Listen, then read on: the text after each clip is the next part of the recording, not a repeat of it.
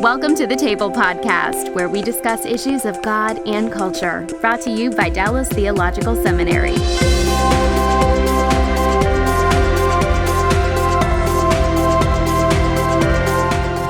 Welcome to the Table Podcast, where we discuss issues of God and culture. My name is Kymberli Cook, and I'm the Senior Administrator here at the Hendricks Center. And today we're going to be talking about how to think Christianly about burial and cremation.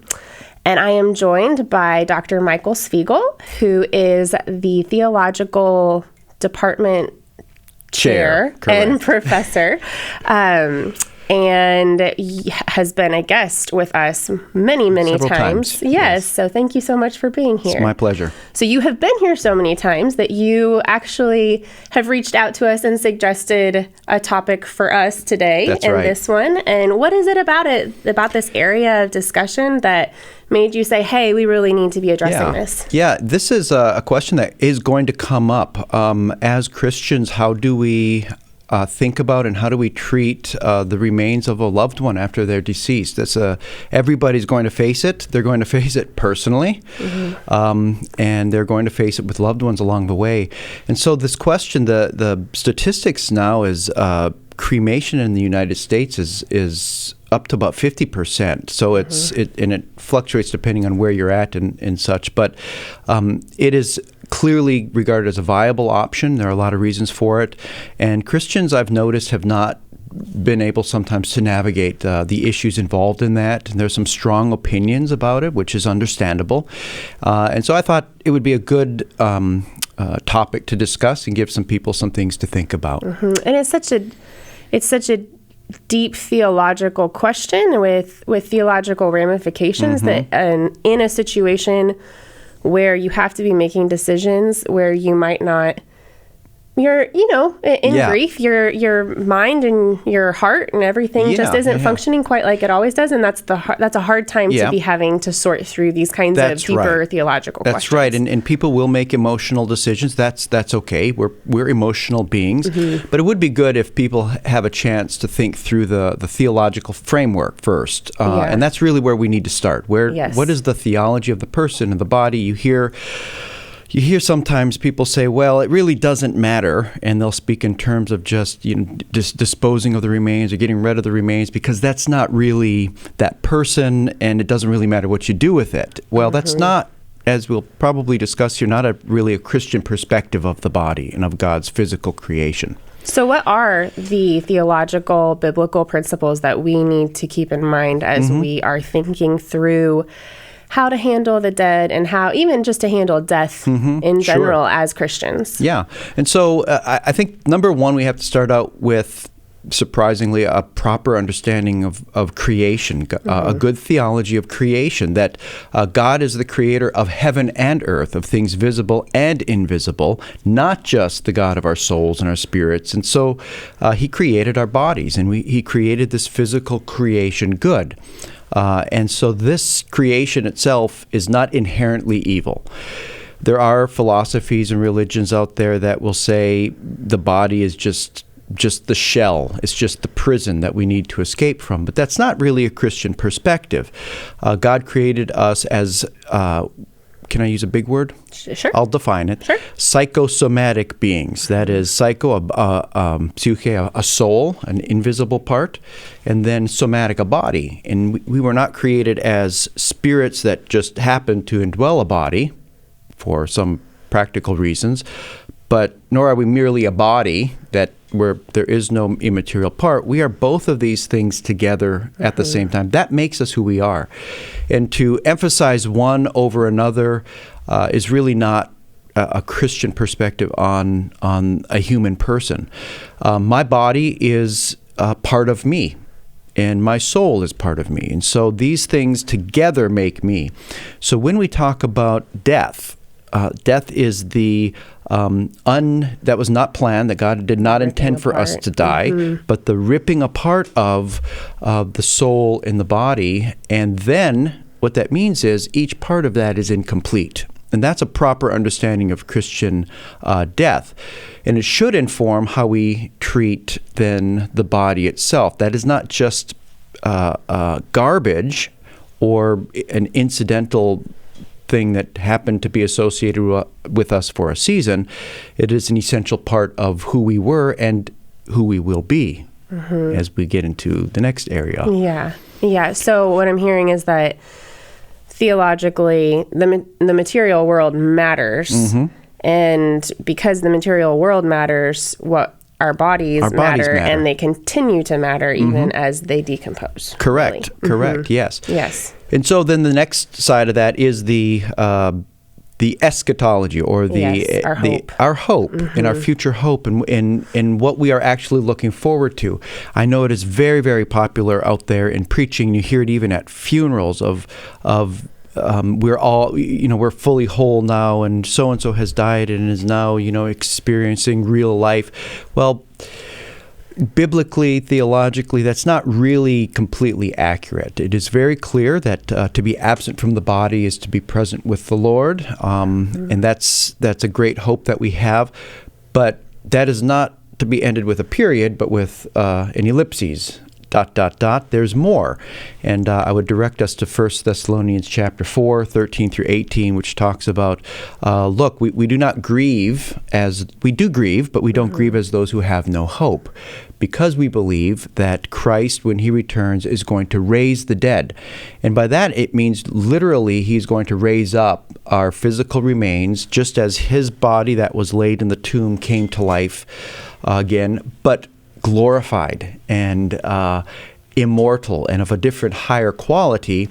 The same is true about the remains of we believers.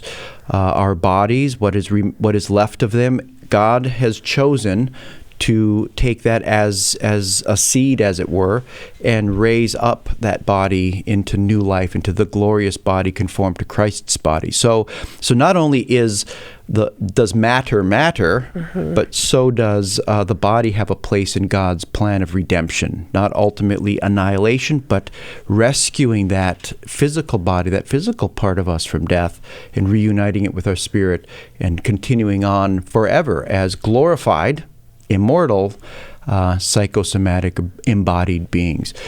So that's part of the Christian hope. That needs to be communicated just as much as dying and going to heaven.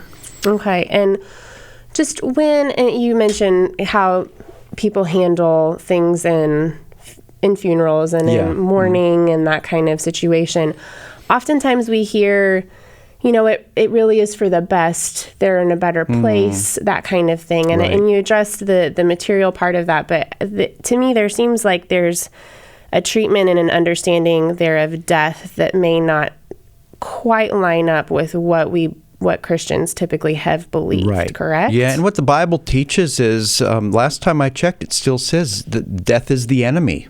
And it's the last enemy that will be ultimately defeated and eradicated. It's not a part of God's design that we were to die. So it's part of the fall. It's part of the curse. And so that's one thing that Christ has come to conquer. And he doesn't conquer it merely by, when our body dies, our souls go to heaven to be with Christ. That is part of it, and that is good news. I'm not going to deny that. But it's only half the story. It's not the end. So is it true that people who are suffering from a really painful illness and sickness, that when that suffering ceases at death and they are absent from the body and present with the Lord, they're in a better... Sure, Paul says it's far better to be with Christ. That's the part of it that's the better. Being with Christ, clearly being with Christ. Nothing against you, but I would rather be sitting here with Christ. There's something great about that, right? And in contrast to the hope, to the suffering and the pain and the death, there's something about being with Christ. But that doesn't make the pain and the death and things good. So sometimes we sloppily to say things like death is great, death is the door, death is merely a transition. No, death is the enemy. Something death is painful. No, it's not something we rejoice in. We grieve, 1 Thessalonians 4 says, we grieve, but not as those who have no hope. And so we have to make sure that we don't call God's, or our enemy and God's enemy, death, our friend. I think that's the main point. And that's a lesson I learned here at seminary, and you guys do a great job of kind of hammering away at that with us. And it really is a paradigm shift from what you're raised in even in, Christian environments and certainly in non-Christian environments, how they speak of death and, a peaceful place, that kind of thing.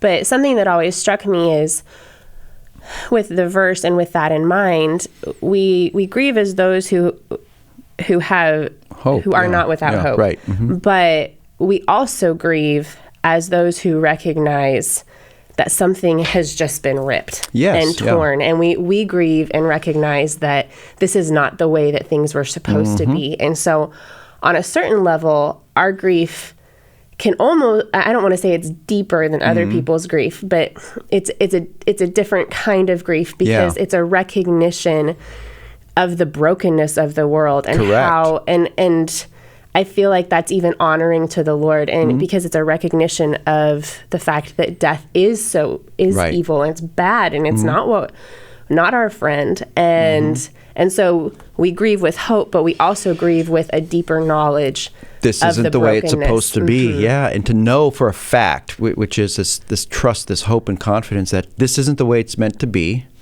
and this isn't the way it's going to end.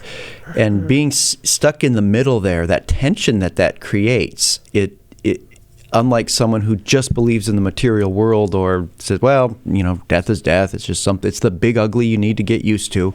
No, we don't have to get used to it. We battle against it. We battle against death and suffering and pain and injustice in this world because we know that's not what God values and what he wants. Okay, so with that theological, biblical foundation laid, we're going to move to the question practical at hand, discussion, as to how to Christianly handle our dead and how we handle that body, and that matters and will continue to matter into the resurrection. And the first question that I have and that has come up as I've had conversations with other people about this is does this, when we're talking about how we handle the body, does it impact the person's salvation? Does it impact their final resurrection? Are there going to be actual, here's another big word, ontological things? Am I deciding something for my loved one? There are going to be repercussions in the future, right? Can I make the wrong decision and have this person? No, that's never been the belief of the Christian faith, that you have very early, might surprise some people watching this, very early treatises on resurrection, it's already in the 2nd century, discussing at length the Christian view of the resurrection of the body, and the scenarios come up with, well, what if the person ends up, dying in a fire and is annihilated by fire, or dies at sea and is, they really go into detail, eaten by fish, and how is the resurrection going to happen? And I said, well, no. The God who can create everything out of nothing and sustains this world can reconstitute a body out of whatever may be left or may not be left. So the promise is in resurrection, he chooses to, because he is a God of redemption, take whatever is there as far as remains and reconstitute, work that into his process of glorification. So what happens to the body does not affect God's promise of resurrection. There are, however, I will say, in light of what we believe about what a person is and in light of our future hope, more Christian ways, things that are better representatives of our Christian hope, I guess, confessions of our faith and what God is doing than others. So we should think about how we handle the body as more of a confession of what we believe in, rather having something truly and a testimony to others as well. Our loved one. Yes. Okay. So with that settled, just making sure, because that's a big question for some people. It is, and that's a terrifying question if you haven't been instructed and thought through. And also there have been periods in history where people thought that, well, if we burn someone at the stake or burn their remains, that'll prevent them from being resurrected. There were those ideas out there, but those aren't really sustainable. So it seems to me that there's 3 options, at least here in America in the research that I did. There are 3 options for handling the remains of a loved one. Right. and it really is burial, cremation, or donation. Correct. And so I think we should go ahead. Well, the donation part is it's very uncommon that someone wills their entire body to say science. People say, I'm going to leave my body to science. It's not common. Maybe it'll become more common. The main decisions most people have for loved ones is burial or cremation. But I'm an organ donor, and I don't know if anybody will want my organs afterwards or whatever, but that is something that people have to consider as well.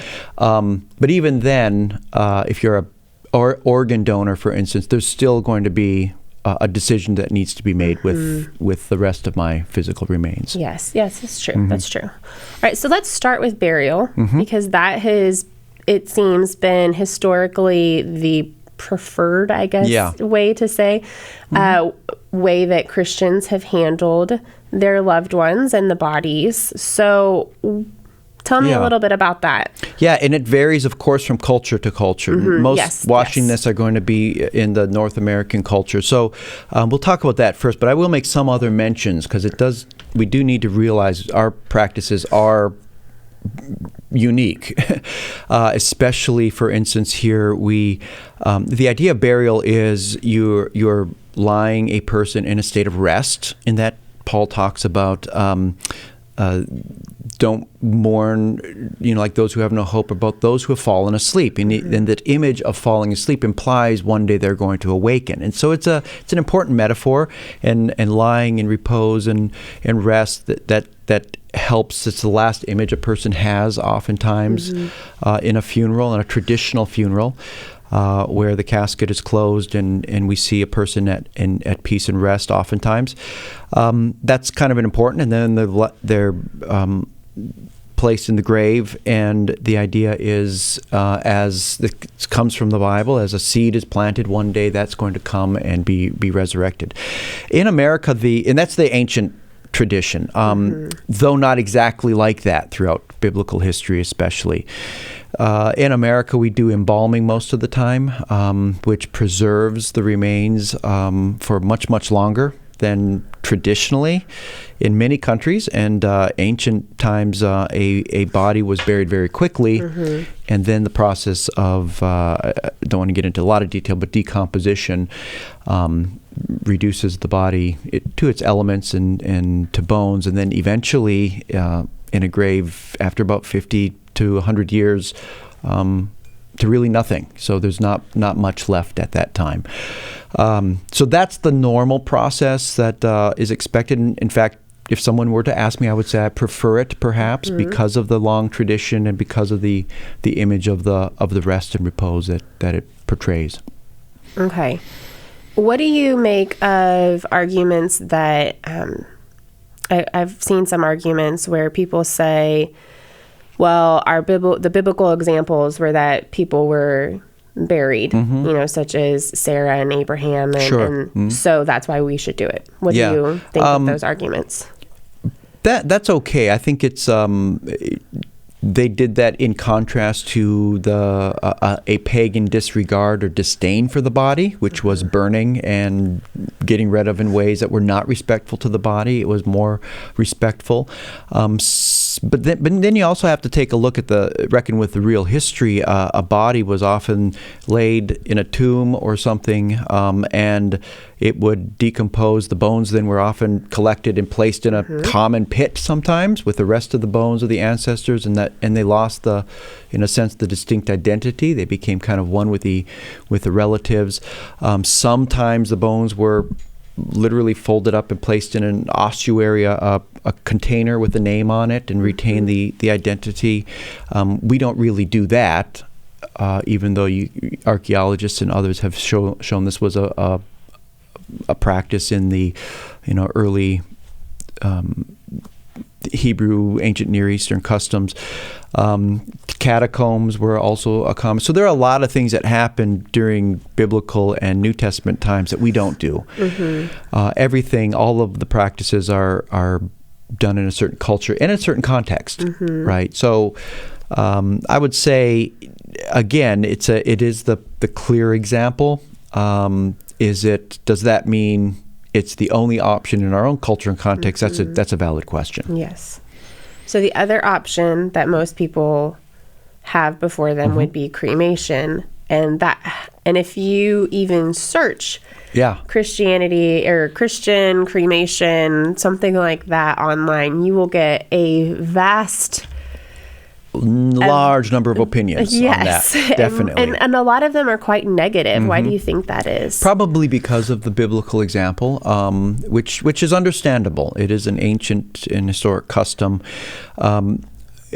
Again, though, the practice is very different than how we practice burial with embalming and such in the United States anyway.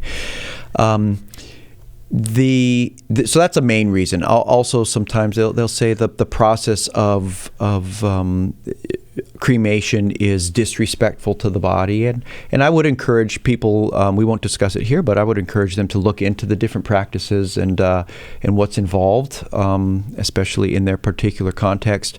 But the idea of burning something, that in Scripture you burn. The condemned are burned, and Hades or Gehenna or trash is burned, and the associations there, and so I get it, and we do have to think about that context. On the other hand, we have to be honest. In the end, if you were to practice a classic burial of a body in a grave, after about 10-20 years, the body is reduced to bones. And after about 50 to 75 years or so, those bones are reduced to elements of the basic elements. And it is a process of ultimately oxidation, sorry to bring in technical terms like this, which is ultimately the same process that occurs in a cremation, except the cremation oxidation process takes 1 to 2 hours. And so in the end, what you have is roughly the same elements of the body. And so now the question really, I think, is what are the motives behind it, and then what are you going to do with these remains that you have left? I think that's really the question. Cremation is not going to go away. No. In some countries, we've been talking mostly about the North American context. In some countries, there really aren't options. Cremation oftentimes is the only option, or unless you're wealthy, rich, and can afford something else. A much more affordable option. And there's a lot of I think there, not a lot, but there's also an argument out there that it's a greener option, and in our day, and concern about environment and that kind of thing. That is also a case, a reality that the space, obviously, the process is much more expensive. I would say that should be low down on our list of priorities as Christians, how much, which is a cheaper cost.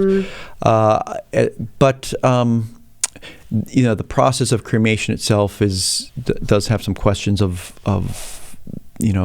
how green that is, and some of the products of that. But in the end, the remains that a person would preserve in an urn, for instance, there's very little regulation regarding those, because they really aren't harmful. They are fairly neutral with regard to their, they're not toxic, they're not dangerous, So is it possible to confess a belief in the physical bodily resurrection and practice cremation? Yes, I think it is. It's in the same way that, let me give you, I guess, a personal example. When I was a young child, I was 5 years old, I had an older brother who passed away from leukemia. He was 11. And my parents bought a plot of land for burial, and he had a traditional burial. And at the same time, I'm not exactly sure why they did this, but they basically bought plots for Mom and Dad right next to the same plot. So clearly the traditional burial is confessing there's a future for these remains. There's a name here, a memorial, and we are confessing that what is here is related to that person. It is that part of that person. My father recently passed away, and my parents had since moved to Arkansas. And obviously, to get the remains from Arkansas to Minnesota, where my brother is buried, that's fairly complicated. Complex, yeah. And so my father and mother chose to have his remains cremated and then transported up to Minnesota to be interred in the grave. In that process, in the end, we are still treating those remains as these are the remains of my father. They are being buried. The identity is being preserved, just like his son who's buried will be buried next to him.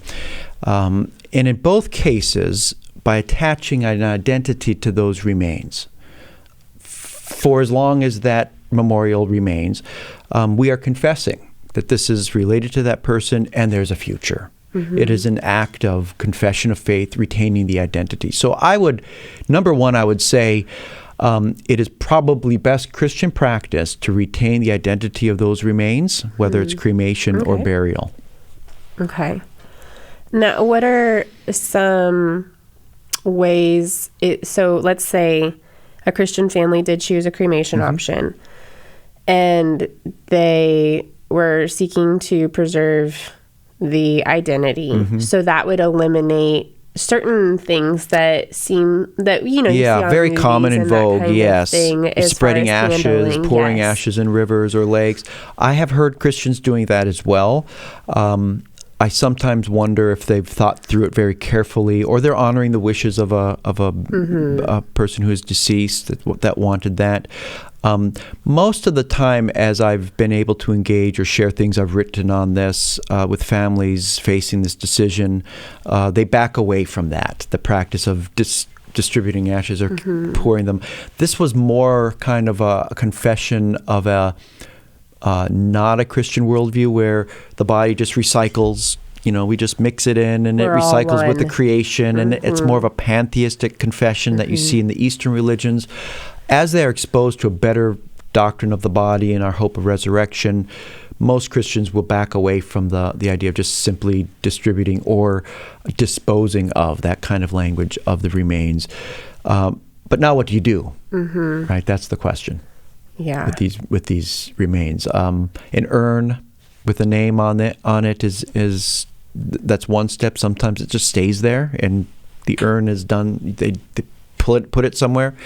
My father-in-law in Germany was cremated and then buried in a plot. That's very common for Christians. So there is an identity marker, that person's identity, but the remains, it's a little bit smaller spot, and those remains are preserved that way. Those are the main options. I would caution, again, God is going to resurrect whatever. We're not endangering Fully someone's capable. physical salvation. But as a confession of faith and resurrection, retaining the identity of the remains in some sort of burial or interment of some sort is better, I think. Okay. So that leads us to donation. Yep. And there's really, as you talked about in the beginning, there's really two situations. There's the donation of organs and for the sake of another's health. Sure. And then there is it's just a general donation of one's body to science. And let's talk about the general donation first. Okay. Of the whole body? Yes. Okay. Yes. What are your thoughts on that? Because as we've discussed with the cremation, if the idea is to keep an identity linked, that would be where I would question that. Yeah. But at the same time, it is still valuing the body in a sense. And so I don't know. What are your thoughts on that? Yeah, again, it's hard for me to make decisions for other people. I think personally, yes, yeah. Again, based on everything we've just said about the Christian's confession of the body, oftentimes people who flippantly, sometimes jokingly say, just donate my body to science, you hear that. It often is the effect of a view of the body that is not quite Christian, that it is just disposable. It is just whatever practically is best. So if it's motivated by that, I want to challenge that belief about the body. And then that might lead some people to maybe want their body treated in a way that confesses its value and resurrection. there are others who will say, look, if people can learn something and help others through research with the body, that's great. Sometimes, though, I mean, you sometimes lose control of what will ultimately happen, and some of the things that are done with human bodies that are donated to science are not what we would call treating the body with dignity, and they may be genuine scientific pursuits. But I would challenge people to explore that, research that, and ask: is this potential use of this body showing dignity? Is it confessing what we believe about the person's identity and that relationship to that body or not? And I don't want to get into it. Some of them can get pretty gross, discussing what happens sometimes in forensic labs and things like this. So I would generally caution against it, and for me personally, that wouldn't really be an option. And it seems that that's a personal decision more than what you would be making for another person. Person, yes. Yeah, that should be. Would never have that option. Let me just say again, and we'll probably say it again too, but it is good to make your wishes known. Yes. So that they don't have to make emotional decisions or uninformed decisions, and let your loved ones know what your preference would be. So when it would come to donating one's organs, correct. Then it seems that you're able to help people, but you're right. It seems that there would still be remains to honor and still make a sort of confession. Yeah, almost always they're going to be remains of the remains. So it's a heart donation or lung or some different organs that are donated for the sake of someone else. And my wife is a nurse and used to work at a heart-lung transplant floor, and I know many of us know people who have been on donor lists waiting for donations, and you can, through a person's death, provide prolonged life for someone else. As I said, I kind of tipped my hand. I am an organ donor, and if that happens, I feel okay about that. In the end, even those organs are going to die, but we still have to make the decision now with the rest of the body what's going to happen, burial or cremation. If somebody were looking for some sort of resources on this, where would you send them? Have you found any? You said you've written a little bit on it. You faced a little bit with your own family situations. Sure. Are there places to look? I probably should have come with some. I'm not aware of any good treatments that I would say are thorough and balanced, I suppose. I do have a little essay online that I've done, just basic couple points and counterpoints, and I land kind of where I'm describing here. You really do have those two options. The question is, what do you do with the remains afterwards? Really is the question. I would say consult with your pastor, your leader of the church, and counseling, determining what they're comfortable with. I would say also explore the processes so that you're not making uninformed decisions. Also, a robust theology of the body and a proper understanding of our future hope, being resurrection as well. Those things, I think, I'm not sure could fill a whole book. Yeah.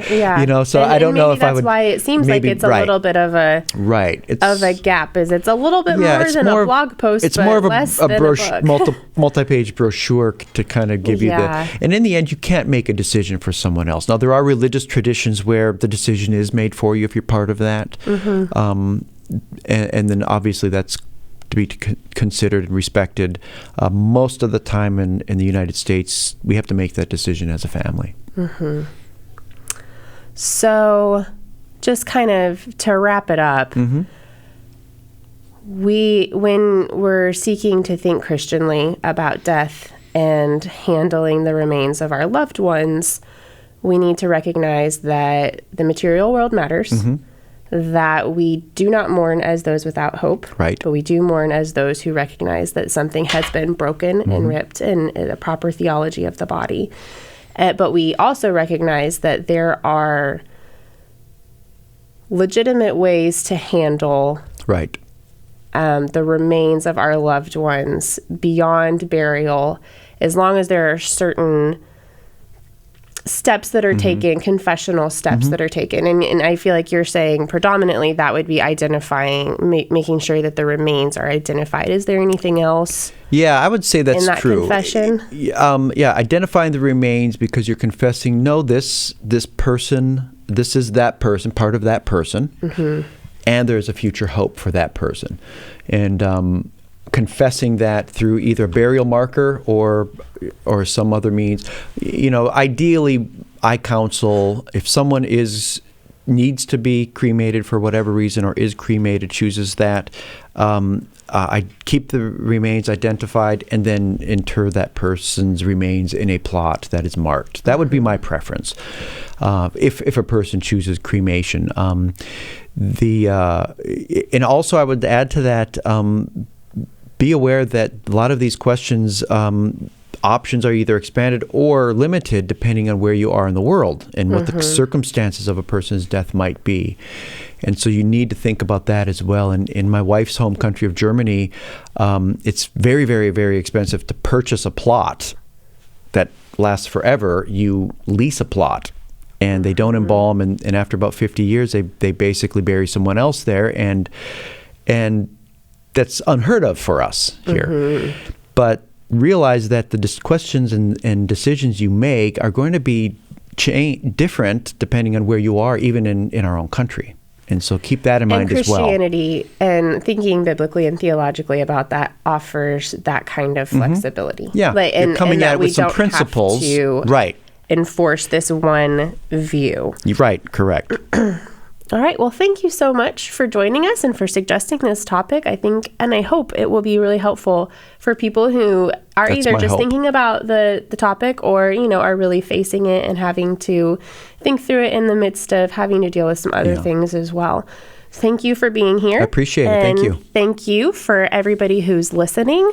And if you have any topics that you would like to suggest, please feel free to email us at thetable@dts.edu. Again, that's thetable@dts.edu.